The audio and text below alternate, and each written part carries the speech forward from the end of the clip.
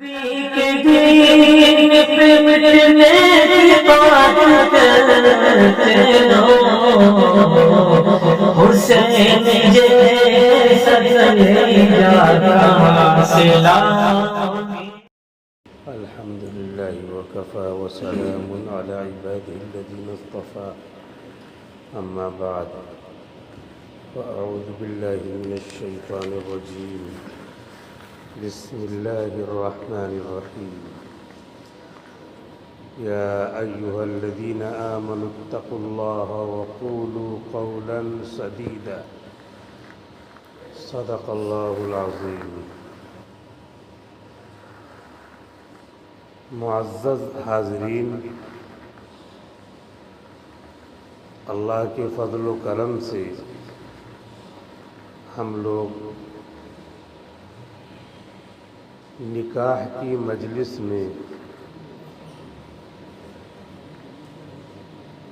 موجود ہیں۔ نکاح تمام نبیوں کی سنت رہی ہے۔ حضور اکرم صلی اللہ علیہ وسلم نے بھی نکاح فرمایا ہے، اور آپ کی سنت اس حدیث سے بھی ثابت ہے جس کو نکاح کے موقع پر خطبے میں پڑھا جاتا ہے، النکاح من سنتی، نکاح کرنا میری سنت ہے، میرا طریقہ ہے۔ تو اللہ کے رسول صلی اللہ علیہ وسلم کا جو طریقہ ہوگا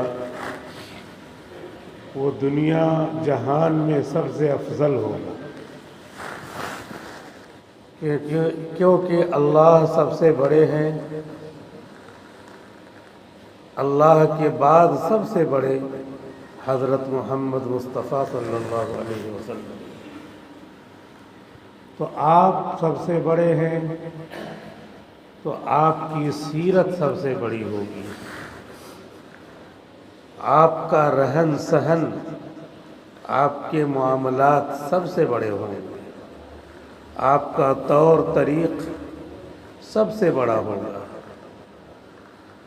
آپ نے امت کو جو کچھ سکھایا وہ تمام تعلیم سے، تمام انسٹرکشن اور ہدایات سے بڑھا ہوا ہوگا۔ تو اللہ کے رسول کا یہ طریقہ ہے تو تمام طریقوں میں سب سے بہتر ہوگا۔ پھر اس طریقے کو انجام دینے کا کیا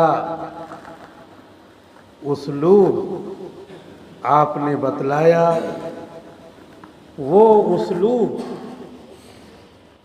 وہ راستہ بھی سب سے اچھا ہوگا، سب سے افضل ہوگا، اور اس راستے پر چل کر منزل تک پہنچ کر ہمیں کیا اعمال، کیا کردار پیش کرنا ہے وہ بھی آپ نے بتایا۔ تو آپ نے اس سنت کے ادا کرنے کے بعد دو کام بہت اہم بتلائے ہیں جو اس موقع کی مناسبت سے ہم کو انجام دینا ہے۔ وہ دونوں کام ہمیں پوری زندگی میں اپلائی کرنا ہے، نافذ کرنا ہے۔ ایک کام یہ ہے کہ جس سماج میں، جس معاشرے میں رہتے ہیں، اس معاشرے میں مل جل کر رہنے کا کیا طریقہ ہے، محبت سے رہنے کا کیا طریقہ ہے، ایک دوسرے کو خوشی بانٹنے کا، خوش رہنے کا کیا طریقہ ہے، کیونکہ نکاح ایک دوسرے کے ساتھ رہنے کا سبق سکھاتا ہے، پہلی منزل ہے، پھر یہیں سے خاندان تیار ہوتے ہیں۔ تو ایک ساتھ رہنے، معاشرے میں رہنے، سماج میں رہنے، لوگوں کے ساتھ محبت سے رہنے میں جو ہدایات سید الانبیاء حضرت محمد مصطفیٰ صلی اللہ علیہ وسلم نے دی ہیں، ان میں سے بالخصوص دو ہدایت، دو بات، دو پوائنٹ ہمیں ذہن نشین رکھنا چاہیے۔ ایک پوائنٹ، ایک بات تو یہ ہے کہ اگر ہمیں محبت سے، الفت سے سماج میں رہنا ہے، سماج کی خوشیوں کو ہمیں سمیٹنا ہے، خوشی بانٹنا ہے، سماج میں ہر ایک کو اچھا لگے، ہر ایک خوش رہے، کسی کو کسی سے تکلیف نہ پہنچے، تو اس کا طریقہ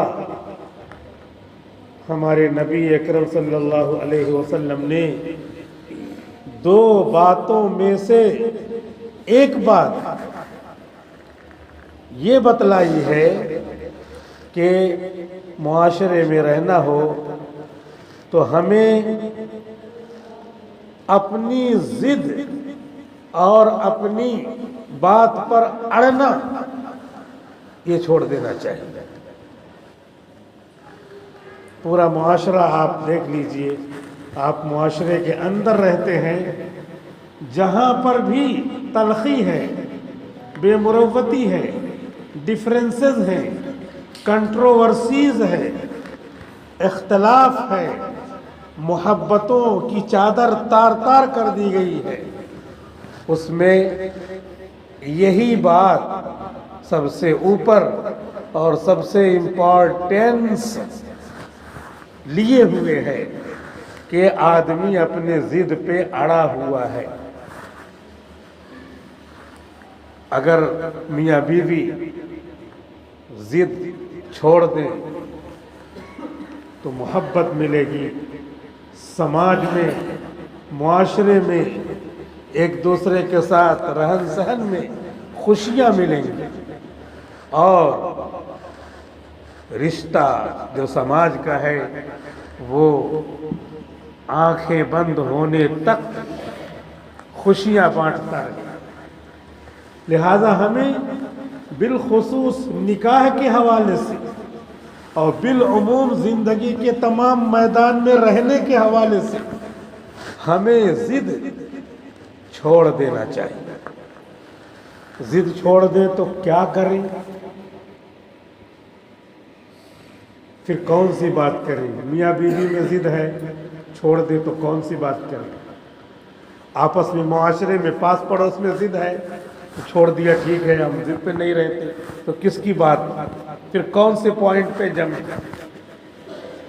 سماج ہے، سماج میں ضد نہیں ہے، ٹھیک ہے ہم اپنی بات چھوڑتے ہیں، آپ اپنی بات چھوڑو، تو کون سی بات پہ آئیں؟ تو ہمارے لیے معیار رکھا گیا ہے نبی کی بات پہ آ جائیں۔ ہر زندگی کے ہر میدان میں ہمارے نبی صلی اللہ علیہ وسلم کا کوئی نہ کوئی فرمان موجود ہے، لہذا جیسی ضد ہو اس ضد کو چھوڑنے کے بعد ہمارے نبی نے کیا فرمایا، سنت رسول کیا ہے، سیرت نبی کیا ہے، اسی پہ آ جائے۔ نہ تمہاری چلے گی نہ میری چلے گی، ہمارے نبی کی چلے گی۔ ضد چھوڑ دیا، دیکھیے معاشرے میں لہلہاتی ہوئی کھیتیاں، خوشی کی سرسبز و شاداب ماحول تیار ہوگا، اور ہر ایک ایک دوسرے سے خوش ہوگا، اور یہ گنگنائے گا، میری زبان و قلم سے کسی کا دل نہ دکھے، میری زبان و قلم سے کسی کا دل نہ دکھے، کسی کو شکوہ نہ ہو زیر آسماں مجھ سے۔ حضرت عمر ابن خطاب ضد پہ آ گئے، آج چلتا ہوں، نبوت کا جو جھاڑ ہے، درخت ہے، شجر نبوت، I will cut it today، آج مجھے کاٹ دینا ہے، کاٹ کے رہوں گا۔ گھر سے ننگی تلوار لے کر کے نکلے کہ آج محمد رسول اللہ صلی اللہ علیہ وسلم کا نعوذ باللہ خاتمہ کر دینا ہے۔ نہ رہے بانس نہ بجے بانسری. نکلے راستے میں ایک صحابی ملتے ہیں. کہاں جا رہے ہیں؟ ارے آج تو بس ضد پہ آ گیا ہوں، اڑ گیا ہوں، آج تو شجر نبوت ہی کو کاٹ دینا ہے، آج تو نہ رہے بانس نہ بجے بانسری والا معاملہ ہے. کہا کیا ہے بتاؤ نا. نعیم بن عبداللہ ملے، وہ پوچھ رہے ہیں. کہا کہ آج تو محمد رسول اللہ صلی اللہ علیہ وسلم کو العیاذ باللہ ختم کر دینا ہے. کہا ارے پہلے اپنے بہن بہنوئی کی تو خبر لیجئے، وہ سب بھی محمد رسول اللہ کے دین میں آ گئے ہیں. کہا اچھا. گھر پہنچے، کھٹکھٹایا، آواز سن لیا کچھ پڑھ رہے ہیں. دروازہ کھولا، پوچھا کیا کر رہے تھے تم لوگ؟ اتنے میں تو انہوں نے قرآن شریف چھپا دیا تھا، جتنے بھی اوراق تھے، جتنے بھی پارے ابھی نازل ہوئے تھے وہ چھپا دیا تھا. بہن سے پوچھا کیا کر رہے تھے؟ دو چار چانٹے مارا، بتایا نہیں. اور اس کے بعد جب چانٹے رسید کیا تو کہا کہ کچھ بھی کر رہے تھے، تم سے مطلب.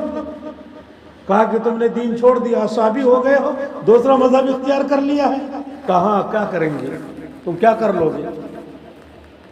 مارتے مارتے لہو لہان کر دیا. اور اس کے بعد پھر جو ہے سامنے والا ایمان والا ہے، بہن ہے ایمان والی ہے، تو ایمان کے اندر کشش ہوتی ہے. مومن کے لیے آئینہ ہوتا ہے، آئینے میں دیکھو تو مومن دکھتا ہے. تو اب جو ہے ابھی یہ ایمان والے ہیں، ایمان والے کے اندر انہوں نے اپنی کشش دیکھی تو وہ غصہ ادھر اتر گیا، ٹھنڈا ہو گیا. کہا اچھا بتاؤ کیا پڑھ رہے تھے، یہ بتاؤ. تھوڑا دم لے لیا. کہا کہ تم ناپاک ہو، تم کو نہیں بتائیں گے. کہا کہ نہیں بتاؤ، میں پاک ہونے کے لیے تیار ہوں. جو ضد کم ہو رہی ہے، ایمان والے کی ایمان کی کشش اثر کر رہی ہے.